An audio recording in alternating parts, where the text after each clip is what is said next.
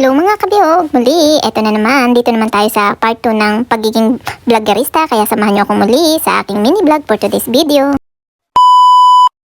At ito na nga mga kabihog, continue lang ng kwento ko nung mga nakarang araw. Sabi ko nga sa inyo na napupull storage na ako kaya hindi ko na alam kung paano ko buburahin ang aking mga videos na hindi ko pa na-upload. Dahil nga, yun nga, sabi ko nga na nahihirapan ako mag-isip kung ano mga i-content ko, ano yung sasabihin ko. Nahihirapan ako kung paano sisimulan. Yun nga, ganun nga siguro ang buhay vloggerista, no? Kasi nga, ang hirap-hirap bumuo ng story, paano mo siya tatapusin. Tapos hindi lang yun naman ang iniisip mo mga kabihog. Siyempre, may trabaho ka, pagod ka, may gusto kang tapusin na iba, and at the same time, may mga online classes ka pa. Kaya yun, minsan hindi ka nakakapokus sa ganun. Gusto mo magkaroon ng maraming ideas, hindi mo magawa-gawa. Pero yun nga, siguro struggle talaga yan ng mga baguhan. At hindi lang baguhan, katulad ko na matagal na pero hindi nakapokus sa pagbablog. Pero gustong-gusto. Isa lang naman talaga ang mga gusto ko sa ganito eh. Yung tipong na-enjoy mo lang siya minsan. Kasi diba, ang sarap-sarap balikan yung memories mong yun. Tapos, yun nga, naikukwento mo siya. Masarap din syempre kung natatangkilik ng tao. Pero kung hindi naman, okay lang din naman. At least, na-share mo yung moments mo dun sa mga panahon na yun. Kaya ang hirap-hirap. Kaya pag talaga nakakakita ako ng mga katulad ko, eh,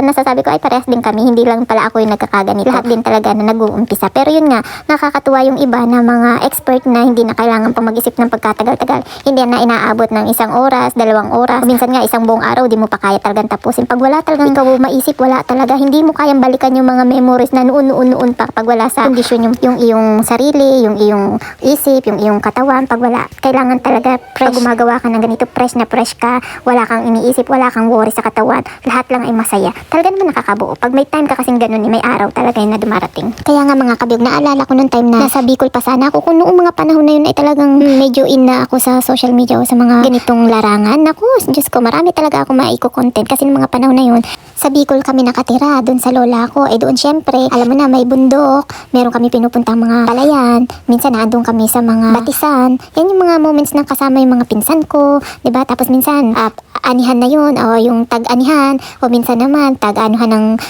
kuha ng mga buko, nag-aano sila, yung pinapausukan yung nyog, yung mga ganung bagay. Siguro kung nung mga panahon na yun ay itong panahon na to na ina-ina ang social media, ang dami kong content mga kabiyog. Siguro lahat ng bawat kilos namin doon naka-contents para sa akin. Kasi ngayon lang ako naging active sa ganito, naging interesado. Eh kung mga panahon na yun, kasi nakikita ko yung ibang mga vloggerista, diba? Buhay probinsya, ang sarap panoorin, parang ikaw na nasa out of the country. Parang alam mo yun, yung puso mo bumabalik doon, parang minimitin mo na andun ka rin. Napakasimpleng buhay. Diba ang sarap? Kasi talaga naman, totoong masarap sa atin, sa probinsyang tumira. Yung payak na pamumuhay, parang wala kang iniisip, wala kang pinoproblema. Pero sa kabila nun, totoo, pagka ikaw na ay nasa tamang edad na, iniisip mo na yung mga bagay-bagay kung paano kayo makakasurvive, paano mo may bibigay yung pangangailangan mo sa mga anak mo. Yun na talaga. Pero pagka mga bata ka pa kasi, di mo niya iniisip, basta alam mo lang masaya.